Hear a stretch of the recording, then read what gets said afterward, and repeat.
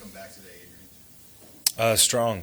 Obviously, I heard Nuri allude to it a little bit, but guys bounce back well and have to come out with energy and refocus it on Ohio State. How do you do this every week? Like, how do you flush the previous game and then come up here? Like, is there a process that you go through on Sunday night, a meditation, something? Because I have to think this gets tired. Yeah. Well, Verdue has a rule, the 24-hour rule, and I do my best to stick to that. 24 hours to celebrate or mourn, whatever it may be, and flush it and move on. And for me, it's all about focusing on the present moment. And, yeah, that was a tough loss, a tough moment for myself, but I have another great opportunity. And some of that's putting things in perspective, whether that be football itself or a game. Is there like a time on Sunday where you try to like set it and circle it and say this, if by this time I want to be done? Not necessarily. I try and let it run its course, but Monday morning there's nothing on my mind except that next game. How close, Adrian, do you think this offense is to maximizing, to reaching its potential? Do you think of it that way? I wouldn't say I think of it that way. I know how close we are to playing. I guess you could say at how we're capable of playing. I know we've hit that stride a couple times this year, and then another times we haven't been in sync. So it's more of a matter of execution from all of us. Starts with me and my decision making, our line, our receivers, running backs. It's 11 guys on the field. We know we're capable of that. It's just a matter of executing. It's not. We don't feel like we're far from that, if that makes sense. You've had in 3 starts against Ohio State pretty much every kind of experience that you could, except a win. Yeah. But success, times it was getting away from you.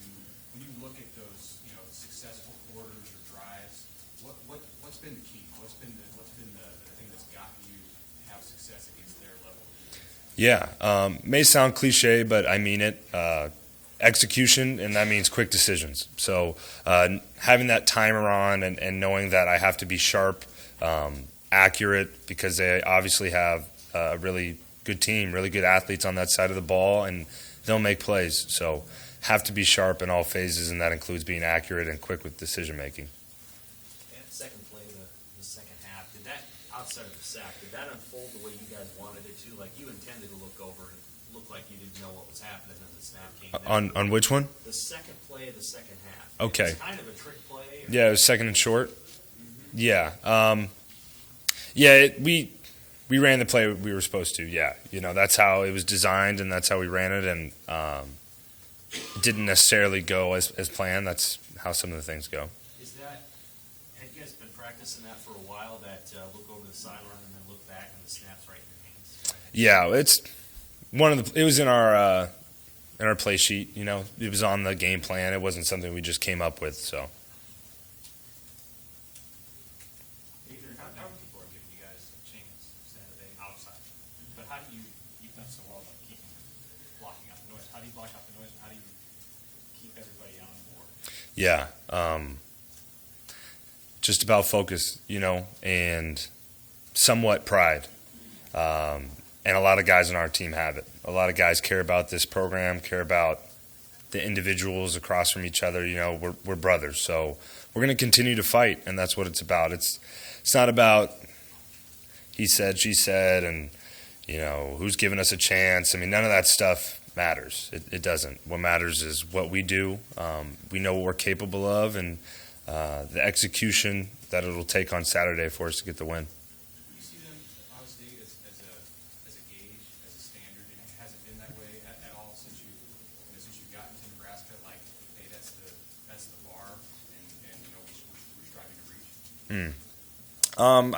It's no secret that Ohio State is. I mean, I couldn't tell you their records, but they've won the Big 12 or Big 10 championship probably several years now, maybe in a row, maybe not.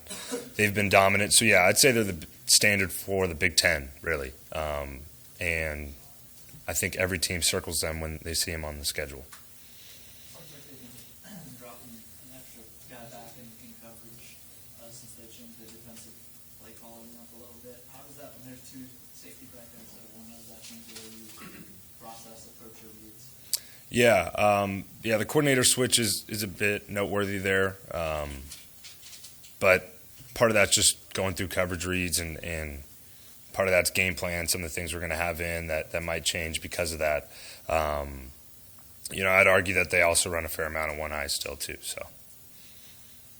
How big or how small do you think that talent gap is right now between you guys and Ohio State? Has that changed over the years, in your opinion, since you've been here? I would say it's changed. We have a lot of talent right now, and guys that I'm confident in, and we're confident in ourselves. I don't view it as a talent thing for us. It's got to be execution. We have to go out there and be sharp. That's what the best teams do, and Ohio State has the talent, and they're sharp as well. So